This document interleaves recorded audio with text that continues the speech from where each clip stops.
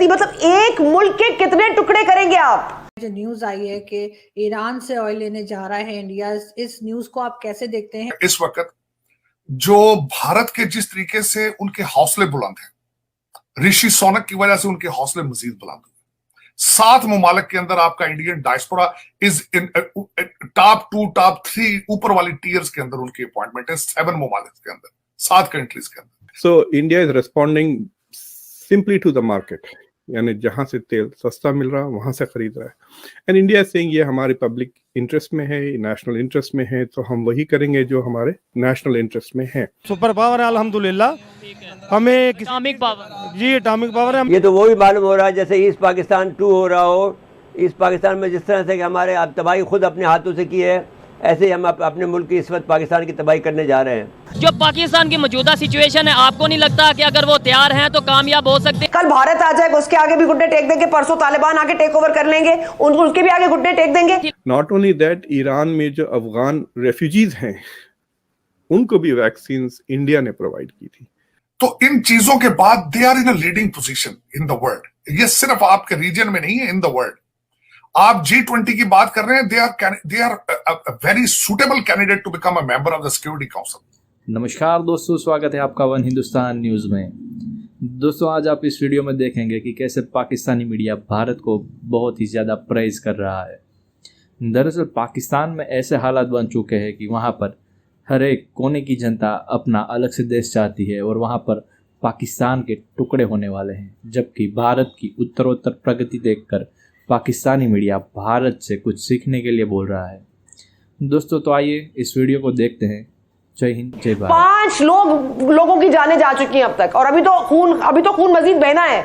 अभी तो इनके आसार नजर आ रहे हैं। आप देखिए, आज गवर्नर हाउस में पुलिस नहीं आती, पंजाब पुलिस उसको प्रोटेक्ट नहीं करती। मतलब एक मुल्क के कितने टुकड़े करेंगे आप? कब चैन मिलेगा आपको?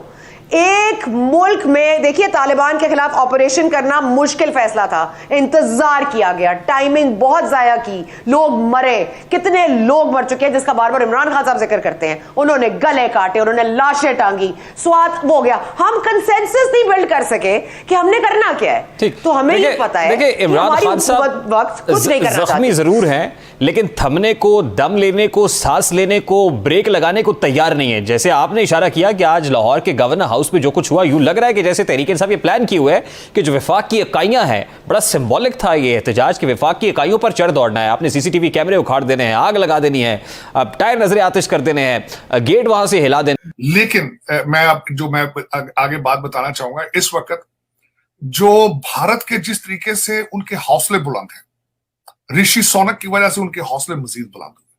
7 ममालिक के अंदर आपका Indian diaspora is in top 2 top 3 ऊपर वाली टीयर्स के अंदर उनकी अपॉइंटमेंट है 7 ममालिक के अंदर, 7 कंट्रीज के अंदर, हम इंक्लूडिंग हमारी Kamala Harris in the US.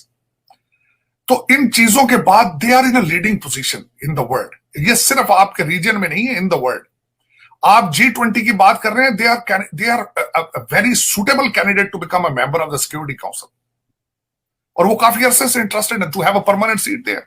अब G20 के हवाले से जो मैं देख रहा हूं इस वक्त, मैं उसके बारे में 2-3 मैंने उनकी बड़े अच्छे आर्टिकल पढ़े हैं वॉशिंगटन डीसी में और भारत से भी। तो वो एक इससे फायदा उठाएंगे लीडरशिप के लिए कि इस वक्त जो मैंने पहले आपको अर्ज कर रहा था, जो इंटरनेशनल चैलेंजेस हैं, इस वक्त G20 के जो मेंबर हैं, जो वो उनमें कई ऐसे ममालिक हैं जो हालते जंग में हैं। इस वक्त सबसे बड़ा चैलेंज जो G20 का होगा वो यूक्रेन वार होगा। उसके बाद दूसरा चैलेंज होगा इन्फ्लेशन, तीसरा चैलेंज होगा फूड सेफ्टी। सारी ये चीजों को देखा जाए, और मैं देख रहा हूं कि वो तैयारी में है, इस वक्त G20 की तैयारी में है टू लीडरशिप, क्योंकि उनके पास एक golden opportunity to prove themselves as a international player, और वो एज एन इंटरनेशनल प्लेयर। और उसमें खासकर जो उनके पास एक सबसे बड़ा चैलेंज है G20 में कि चाइना को किस तरह डोमिनेट करना है, और यूएस की उसके पीछे सपोर्ट उनको हासिल है। पर कल या परसों हमारे जो सेक्रेटरी ऑफ डिफेंस है, मैं उसके हवाले से उनकी एक स्टेटमेंट थी कि चाइना की ग्रोथ में हमारे लिए how important it is to become a strategic defence partner with India. वो लद्दाख में एक दूसरे के आमने सामने खड़े, आंखों में आंखें डालकर, लेकिन दुनिया के बहुत बड़े ट्रेड पार्टनर भी हैं एक दूसरे के साथ। लेकिन हम उन चीजों से हम बहुत पीछे हैं, क्योंकि हम मैच्योर नहीं है। आज किसी चीज में भी। अब देखिए, आपने भारत से दालें लेनी बंद कर दी हैं और आपकी दालें पाकिस्तान में बहुत ज्यादा महंगी हैं। आप इस वक्त टमाटर और प्याज अफगानिस्तान से ले रहे हैं, लेकिन अमृतसर बिल्कुल आपके साथ पड़ोस में है। सुनने में यही आया है, जो न्यूज आई है कि ईरान से ऑयल लेने जा रहा है इंडिया, इस न्यूज को आप कैसे देखते हैं? और दूसरा, ईरान की क्या इम्पोर्टेंस है इस रीजन में, स्पेशली जहाँ पे हम लोग हैं, इंडिया है, पाकिस्तान है और बाकी, क्योंकि जो सैंक्शंस लगी हुई हैं उनके बारे में भी बात की जा रही है कि शायद हट जाएं।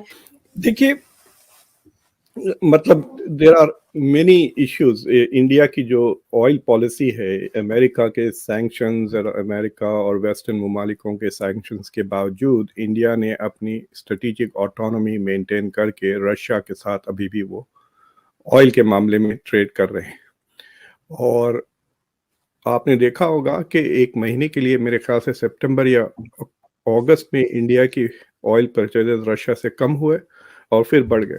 सो India is responding simply to the market, यानी जहां से तेल सस्ता मिल रहा है वहां से खरीद रहा है। एंड इंडिया सेइंग ये हमारे पब्लिक इंटरेस्ट में है, नेशनल इंटरेस्ट में है, तो हम वही करेंगे जो हमारे नेशनल इंटरेस्ट में है। और इंडिया के इन तीनों मुल्कों से ताल्लुकात अच्छे हैं। अमेरिका के साथ क्वाड में है, अमेरिका के साथ तकरीबन I2U2 में है, यूनाइटेड अरब एमिरेट्स के साथ भी है, सऊदी अरेबिया के साथ भी इंडिया के ताल्लुकात अच्छे हैं, और इजराइल के साथ तो है ही। तो India has to play the same game जिस तरह वो रशिया के साथ और अमेरिका के साथ खेल रहा है, यानी playing with both partners. Middle East में ये और कॉम्प्लिकेटेड हो जाता है। तो India has to play with Saudi Arabia and Iran, with Israel and Iran, with UAE and Iran. तो देखिए आप, इंडिया के लिए लाइक इट्स लाइक सेइंग कि टाइट रोप वॉक, हर सिचुएशन में it's a tight rope walk, maintaining a balance. तो वो इज अ जियोपॉलिटिकल कॉन्टेक्स्ट जिसमें इंडिया इज ऑपरेटिंग। लेकिन इंडिया के काफी ताल्लुकात है। मैं देख रहा था 2012 में भी तकरीबन उसी किस्म का स्टेटमेंट था middle east ministry of external affairs में। और 2000 फिर से एक बार स्वागत है दोस्तों आपका वन हिंदुस्तान न्यूज़ में। दोस्तों, जैसे कि आपने इस वीडियो में देखा कैसे पाकिस्तानी मीडिया अपने आप को बहुत ही कोस रहा है। वो बोल रहा है कि हमारी यहाँ पे जनता तो पाकिस्तान के टुकड़े करने पर तुली हुई है। जी हाँ दोस्तों, दरअसल पाकिस्तान में अभी महंगाई और बेरोजगारी की दर इतनी ज़्यादा है कि वहाँ की जनता अपनी ही सरकार के खिलाफ आवाज़ उठा रही है और पाकिस्तान से अपने आप को छुटकारा दिलाना चाहती है। दोस्तों, जबकि भारत की उत्तरोत्तर तरक्की देखकर पाकिस्तानी मीडिया को बहुत ही ज़्यादा जलन फील हो रही है और चाहता है कि काश भारत के प्रधानमंत्री जैसा प्रधानमंत्री हमारे देश में भी होता। दोस्तों, अगर आपको हमारा YouTube चैनल अच्छा लगता है तो कृपया हमारे चैनल को सब्सक्राइब करें और बेल आइकन दबाएं। जय हिंद, जय भारत।